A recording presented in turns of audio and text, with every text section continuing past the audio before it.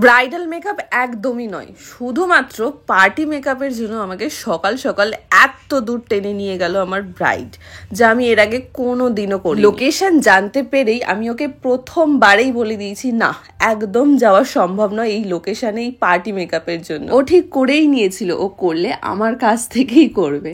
তাই তো 90 কিলোমিটার রাস্তা পার করে কোলাঘাটে পৌঁছালাম ওকে একটা স্পেশাল দিনে স্পেশাল ভাবে সাজানোর জন্য। কোলাঘাট যাবো আর সেখান থেকে স্পেশাল চাটা ট্রাই করবো না, সেটা তো হতেই পারে না। তবে আমি কিন্তু চা লাভার পার্সন নই, ওই যে কোলাঘাট স্পেশাল তাই একটু টেস্ট করতেই হতো। আর অনেকক্ষণ ওয়েট করার পর আমার ব্রাইড ফাইনালি এসে পৌঁছালো। সত্যি সত্যি যদি রেগে চলে যেত আমার সর্বনাশ হয়ে যেত। আমি তারপরে কাঁদতে বসতাম, আমি বলতাম আমি কিছু করবো না, আর এঙ্গেজমেন্ট আমি বাড়ি চলে যাচ্ছি, বিয়ে তো যাওয়ার হয়ে গেছে, রেজিস্ট্রি। আমি এক্সট্রিমলি সরি, হাত জল করে আমার রেজিস্ট্রি অফিসে দেরি হয়ে গেছে। তুমি রেজিস্ট্রির জন্য সাজবে বলেছিলে, তো রেজিস্ট্রি তো হয়ে গেছে, এখন কি করবে? এঙ্গেজমেন্ট হবে, মানে রেজিস্ট্রির জন্য সাজতে না? রেজিস্ট্রির জন্যই তো। আচ্ছা, ভূত সেজে গেছে। আর না 2 মিনিটের টাইম দিয়ে 2 ঘন্টাকে লাগায়। আমি মানে তোমাকে না দেখলে আমি সত্যি বুঝতে পারতাম না। সরি, একটু তাকাও দেখি। কিছু বলার নেই, আমার লজ্জা লাগছে। রেজিস্ট্রি তো হয়ে গেছে, এখন শুধুমাত্র এঙ্গেজমেন্টটা বাকি আছে। কেমন সাজবে বলো? তোমার উপর ছেড়ে দিয়েছি, তুমি যেমন ইচ্ছা, শুধু হেয়ার স্টাইলটা তোমাকে ওই যেমন বলেছিলাম, হ্যাঁ ওপেনের মধ্যে, তাই তো? হ্যাঁ, আর লাইট মেকআপ। আমি কোনোদিনই মেকআপ করিনি, ফার্স্ট টাইম করাচ্ছি। তুমি দেখলেই বুঝতে পারলে আমি কিভাবে রেজিস্ট্রি করে আসলাম আর কি। তুমি কি খুব ভয় পাচ্ছিলে আমি আসবো কি আসবো না সেসব নিয়ে? হ্যাঁ, সিরিয়াসলি পাচ্ছিলাম। তোমাকে আমি কত মেসেজ করেছি সেই জন্য, আর তোমাকে আমি একবারে ডেট পেয়ে গেছি, এটাই তো আমার বিরাট ব্যাপার, তাই না? সবাই 1 বছর আগে থেকে বুকিং করে রাখে, আর আমি 1 বছর আগে করারই দরকার ছিল না। সেটাই আমি ভাবলাম যে এই দিন হয়তো সকালে পেয়ে যেতে পারি, কারণ পয়লা বৈশাখ দিয়ে কারণ হুজুগুটানে বিয়ে করবে। আমার শুধু কলেজের জন্য আমি খুঁজছিলাম কলেজে আমার কবে ছুটি পড়বে আর আমি করবো, ব্যাস এটাই ব্যাপার আর কি। ওকে, তাহলে একটা সিম্পল সাটল মেকআপ করি ওপেন হেয়ার স্টাইলের সাথে।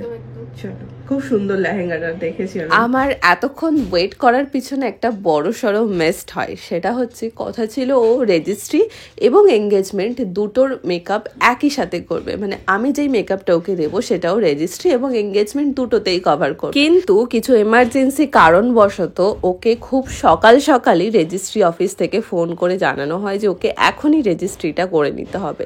তাই তো ও আসা পর্যন্ত আমাকে ওয়েট করে যেতে হয়। আমার এই ব্রাইডের ফেসটা দেখে তোমরা বুঝতেই পারছো যে ও একদম সত্যি সত্যি নো মেকআপ পার্সন। মানে যার রেজিস্ট্রি দিনে সিঙ্গেল একটা ময়েশ্চারাইজারও ফেসে নেই, সে কি মেকআপ, মানে সে কিরকম এক্সপেক্ট করবে তার বিশেষ দিনটা মেকআপ, তোমরা বুঝতেই পারছো। ওর কোনো রকম ক্রাইটেরিয়া ছিল না, আমাকে বললো আমাকে যেন সিম্পল লাগে। তো সেইভাবেই ওর ক্রাইটেরিয়া, ওর পছন্দ সব কিছুকে মাথায় রেখে আমি শুরু করলাম আমার মেকআপ। কিন্তু পার্টি মেকআপ হলো ব্রাইডালের প্যাকেজ আমার থেকে নিয়েছে। আমি ফার্স্টেই বলেছিলাম যে আমি কলকাতার বাইরে এত দূরে লোকেশনগুলোতে পার্টি মেকআপের জন্য যাই না।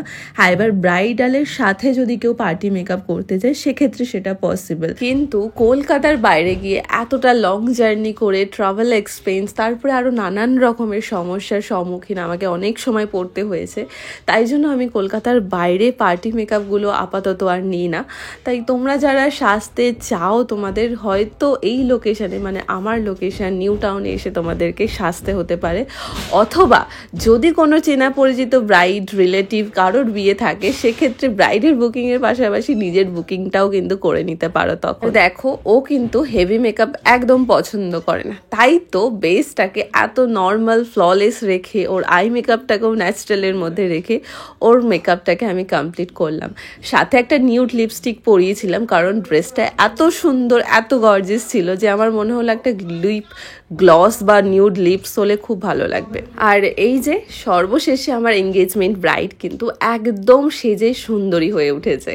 কেমন লাগছে ওকে ওপেন হেয়ার স্টাইলে, তার সাথে এরকম একটা সফট গ্লসি মেকআপ, কেমন লাগছে অবশ্যই তোমরা কমেন্ট সেকশনে কিন্তু একবার জানিয়ে। ইশিকার এই এঙ্গেজমেন্ট মেকআপটা কিন্তু আমি অনেকটা এফর্ট দিয়ে ভালোবেসে করেছি, একদম যেন মাটির পুতুল যেভাবে গড়া হয় না, ঠিক সেইভাবে ওকে একটা সুন্দর মেকআপে পরিপূর্ণ করার চেষ্টা করেছি। আর তোমরা যারা দেখলে পুরো ভিডিওটা, চাইছো যে ইশিকার মতনই যে কোনো একটা দিন তোমাদেরও স্পেশাল হয়ে উঠুক আমার হাত ধরে, তার জন্য অবশ্যই এই নাম্বারে তোমাদের কল অথবা হোয়াটসঅ্যাপ করে ডেট কনফার্ম করে বুকিং করে নিতে হবে, তাহলেই কিন্তু এরকম একটা সুন্দর রাজপরীর মতো তোমরা একটা মেকআপ পেতে পারো। আর থ্যাংক ইউ সো মাচ সবাইকে, তোমরা যারা আজকের ইশিকার এঙ্গেজমেন্টের এই মেকআপটা পুরোটা দেখলে অনেক অনেক অনেক ধন্যবাদ তোমাদেরকে। তারপরই মেকআপ শেষ করে যাওয়ার পর তো প্রচুর সেলফি, ভিড়ে ঠেসাঠেসি একদম।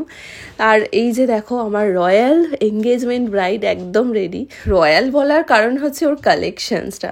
এই যে লেহেঙ্গাটাও পরেছে, এত অসাধারণ লেহেঙ্গাটা ছিল, যার কারণে ওকে একটা রয়্যাল লুক দিচ্ছিল। তো এইভাবেই আমার শেষ হলো আজকের ব্রাইডের গল্প। চলো টাটা।